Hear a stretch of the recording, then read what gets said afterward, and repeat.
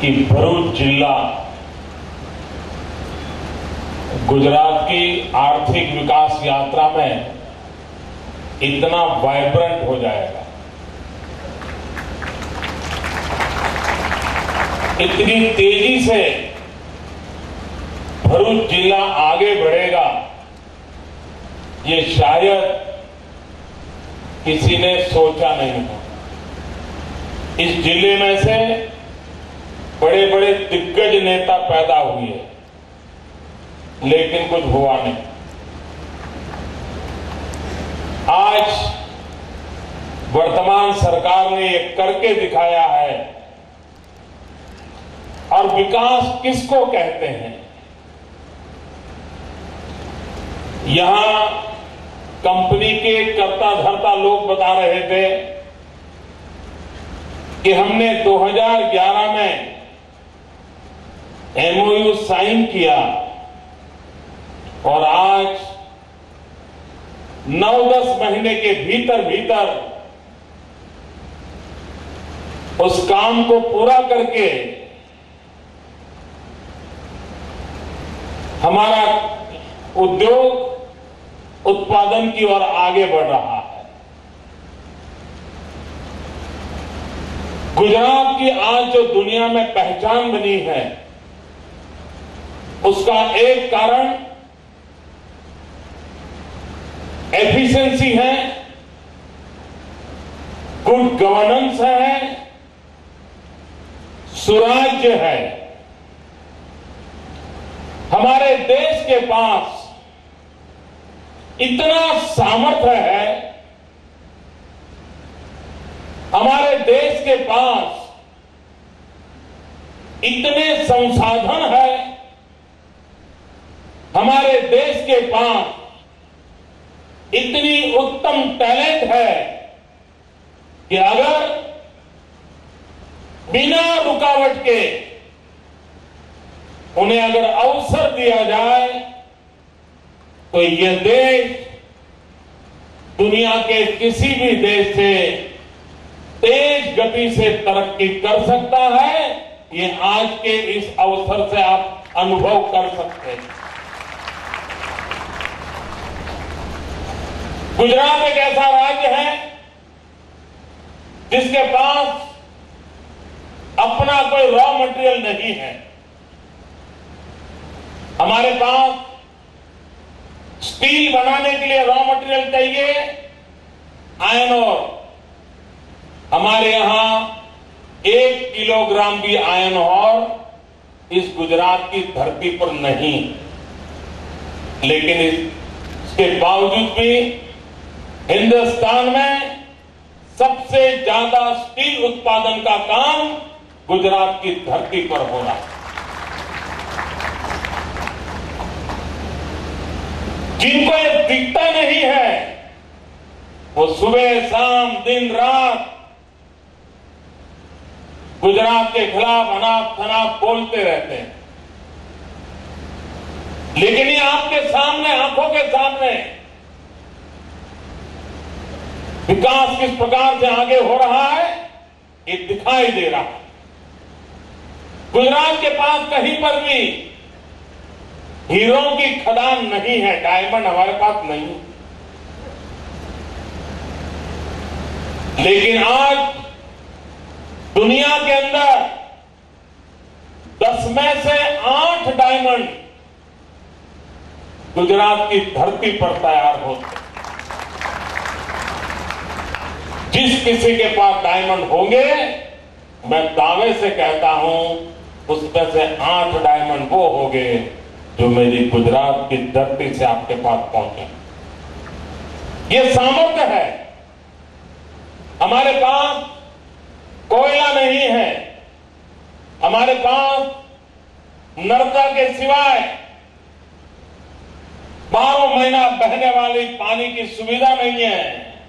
उसके बावजूद भी हिंदुस्तान में सबसे ज्यादा बिजली, हिंदुस्तान में तेज गति से बिजली के कारखाने लगाने का काम एक गुजरात की धरती पर हो रहा है। और आज बिजली के क्षेत्र में हम नए सीमा चिन्हों को पार कर रहे हैं। ये सूरज नरेंद्र मोदी मुख्यमंत्री बना उसके बाद नहीं निकला है, सूरज पहले भी निकलता था। सूरज की धूप पहले भी महसूस होती थी। सूरज की गर्मी अब सब अनुभव करते थे, लेकिन किसी को यह न सूझा कि इन सूरज की गर्मी से बिजली पैदा करके गुजरात के जीवन को बदला जा सकता है। आज गुजरात दुनिया का सोलर एनर्जी का कैपिटल बनने जा रहा है मित्रों, और कुछ ही दिनों में हिंदुस्तान का तो कैपिटल बन ही जाएगा। ये मेरे शब्द लिख के रखिए। मैं श्रीमान पून से पूछ रहा था कि आप विंड टर्बाइन लगा रहे हो, अब विंड टर्बाइन बनाने की मोनोपोली हमारी गुजरात की ही एक कंपनी की रही है। हमारे तुलसी तंती उस काम को कर रहे हैं।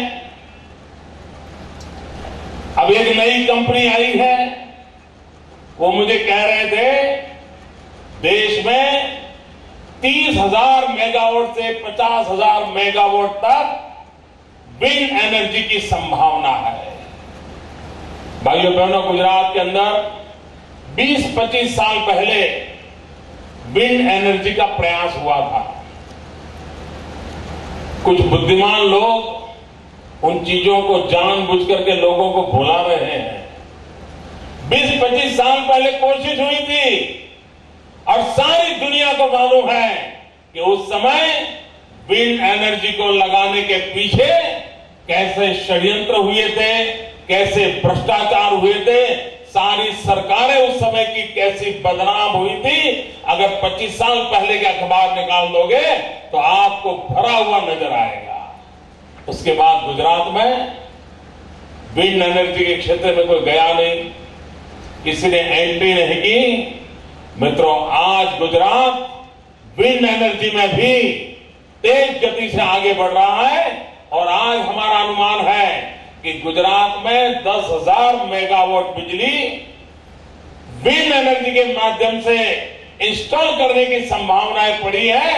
हमारी विंड वेलोसिटी इतनी तेजी से ये काम हमें दे सकती है और आज करीब 25 लाख यूनिट बिजली विंड एनर्जी से प्राप्त हो रही है।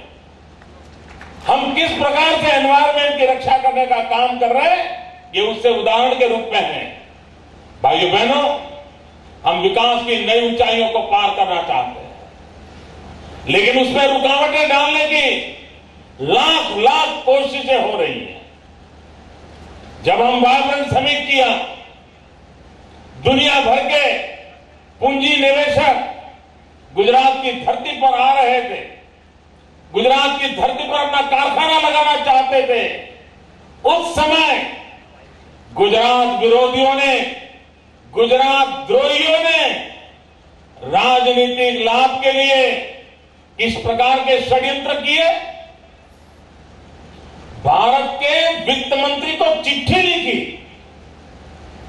देश के फाइनेंस मिनिस्टर को चिट्ठी लिखी कि मोदी जो वाइब्रेंट समिट कर रहा है उसमें जो उद्योगकार यहां पूंजी लगाने आ रहे हैं उनके यहां इनकम टैक्स की रेड करनी चाहिए, तलाशी लेनी चाहिए।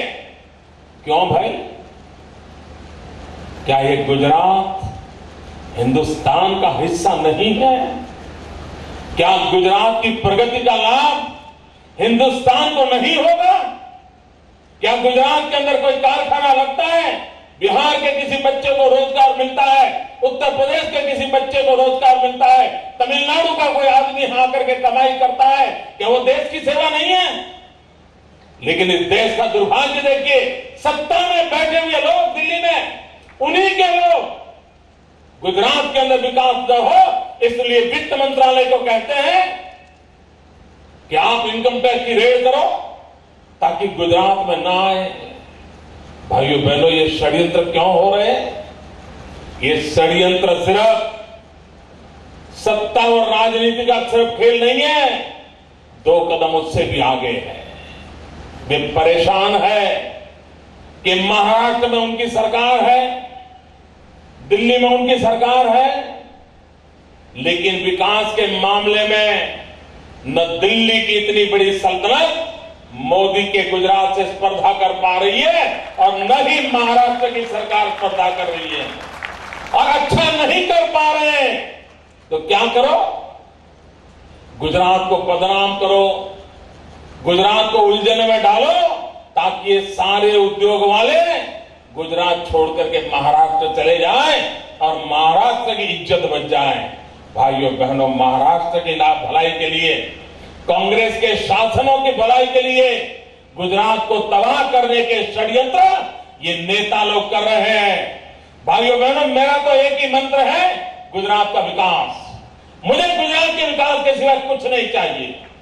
गुजरात के घर घर तक ये विकास पहुंचे, ये मेरा सपना है। और इसलिए मैं गुजरात की जनता से आह्वान करता हूं, आइए गुजरात को तबाह करने पर लगे हुए, झूठ फैलाने वाले, रुकावटें पैदा करने वाले उन सारे षड्यंत्रकारियों के खिलाफ एक स्वर से गुजरात आवाज उठाए और विकास की यात्रा को दम दे, मदद करें। भाइयों बहनों, देश प्रगति के बिना नहीं चल पाएगा। विकास के बिना देश की भावी पीढ़ी का भला नहीं होने वाला है। और इसलिए हमने विकास के मंत्र को